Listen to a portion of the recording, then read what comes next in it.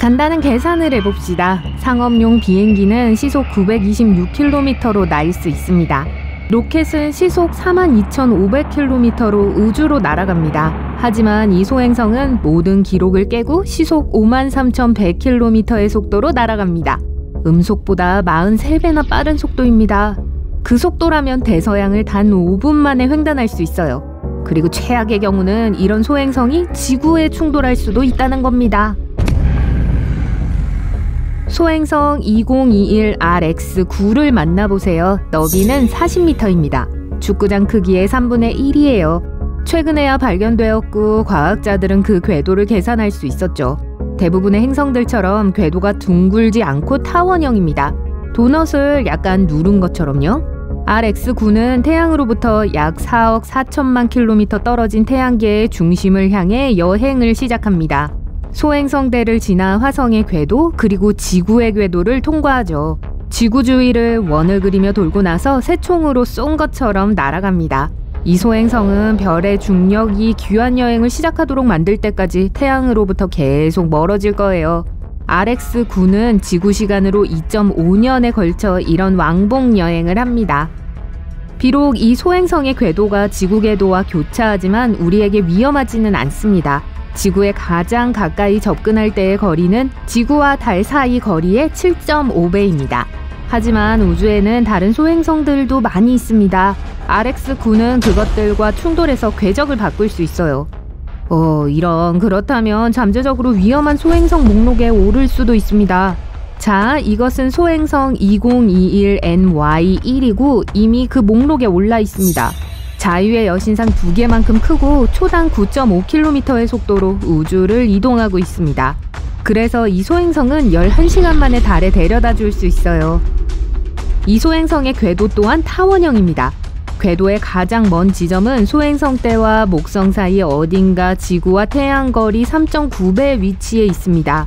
궤도에서 태양과 가장 가까운 지점은 지구 궤도 바로 근처에 있어요. 소행성 NY1은 지구와 달의 거리 4배밖에 안 되는 거리를 두고 지구를 지나쳐 왔습니다. 소행성은 태양 주위를 한 바퀴 돌고 원점으로 돌아갑니다. 이 소행성은 거의 지구 시간 4년 만에 궤도를 완전히 한 바퀴 돕니다. 지구에 가장 가까이 접근한 것으로 기록된 소행성 2020BT4입니다. 이 소행성은 버스 크기의 바위예요. 지구 상공 370km 고도로 날아갔습니다. 비교를 하자면 국제우주정거장은 400km 상공에서 지구를 돌고 있습니다.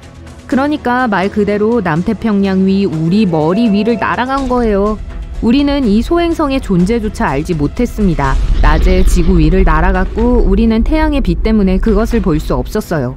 과학자들은 15시간 후에야 이 소행성에 대해 알게 되었습니다. 만약 그것이 지구에 떨어졌더라면 그냥 아주 운이 나쁜 하루가 됐었을 거라고만 말해주죠. 비록 이 소행성은 작았지만 매우 빠르게 움직이고 있었습니다. 이게 소행성에 엄청난 양의 에너지를 제공하고요. 하지만 우리에게는 우주 암석으로부터 우리를 보호하는 방패가 있습니다. 바로 대기권입니다. 대기는 공기 입자로 가득 차 있어요. 소행성이 우리 대기에 들어오면 마찰 때문에 이 입자들에 부딪히기 시작합니다. 소행성을 매우 뜨겁게 달구어 태우기 시작해요. 그래서 우주왕복선의 바닥이 검은 타일로 보호되어 있는 거예요. 우주왕복선은 섭씨 1260도까지 견딜 수 있습니다. 그래서 소행성이 작으면 대기 중에 완전히 타버려 먼지로 변할 수 있습니다. 만약 지구에서 그것을 본다면 마치 별똥별처럼 보일 거예요. 과학자들은 지름 25m 이하의 소행성은 대기 중에 완전히 타버려서 해를 끼치지 않을 것이라고 믿고 있습니다. 하지만 2.4km 이상의 큰 소행성은 많은 피해를 입힐 수 있습니다. 그리고 우리는 지구를 정기적으로 지나가는 소행성에 대해 알고 있습니다. 4179 투타티스. 그 폭이 5.4km나 됩니다. 뉴욕의 센트럴파크보다 더 커요. 만약 이 소행성을 저울에 올릴 수 있다면 5의 0이 11개 달린 톤의 무게가 나간다는 걸 알 수 있을 거예요. 가장 무서운 건 이 소행성이 무질서한 궤도를 돈다는 것입니다. 소행성은 지구와 목성의 영향을 계속 받기 때문이죠. 행성들이 이 거대한 바위를 가지고 탁구를 치는 것처럼요. 그것은 또한 소행성이 미친 듯이 회전하게 합니다. 만약 투타티스의 표면에 서 있다면 태양이 끊임없이 다른 지점에서 뜨고 지는 것을 볼 수 있을 거예요. 이런 혼란 때문에 과학자들은 이 소행성의 움직임을 50년 미리 예측할 수 있을 뿐입니다. 2004년에 이 소행성은 지구에서 달까지 거리의 4배 이내로 다가왔습니다. 운 좋게도 이 소행성은 언젠가 태양계를 떠날 가능성이 있습니다. 목성이나 지구는 이 소행성을 새총처럼 먼 우주로 쏘아버릴 거예요. 하지만 만약 이 소행성이 지구에 떨어진다면 지구 전체에 거대한 쓰나미와 지진을 일으킬 겁니다. 그렇다면 우리 문명의 존재 여부는 불분명해질 거예요. 비슷한 재앙이 약 6,600만 년 전에 일어났습니다. 그 당시 제가 직접 본 건 아니지만 제가 들은 바로는 맨해튼 크기의 소행성이 지구를 향해 날아왔습니다. 태양은 표면을 뜨겁게 달구고 소행성으로부터 물질을 증발시켰습니다. 먼지와 증기는 밤하늘에 밝게 빛나는 거대한 꼬리로 변했습니다. 소행성이 떨어지기 전날 밤 그것은 하늘에서 가장 밝은 물체였습니다. 어쩌면 달보다 더 밝았을지도 모릅니다. 이 소행성이 지구 대기에 진입하는 순간 지구 반대편에서 들을 수 있을 정도로 강력한 폭발음을 일으켰습니다. 타기 시작했어요. 운석의 본체에서 작은 파편들이 떨어지기 시작했습니다. 그중 일부는 대기 중에 완전히 타버렸지만 다른 것들은 수면 위로 떨어졌습니다. 충돌의 순간 운석의 질량과 속도는 약 100테라톤 TNT에 해당하는 엄청난 양의 에너지를 발산했습니다. 정말 대단한 폭발이에요. 이 모든 에너지는 열로 변했습니다. 말 그대로 불바다가 충돌 지점 주변으로 퍼져나갔고 모든 것을 태웠습니다. 충돌 지점에서 시작된 파장이 지구를 여러 바퀴 돌았습니다. 이 지진은 엠파이어 스테이트 빌딩보다 높은 파도의 쓰나미와 말 그대로 땅을 가를 정도의 강한 지진을 일으켰습니다. 이 사건 이후 지구상 모든 생명체의 약 95%가 존재하지 않게 되었습니다. 운석은 66개의 근무운교 길이에 맞먹는 크기의 분화구를 남겼습니다.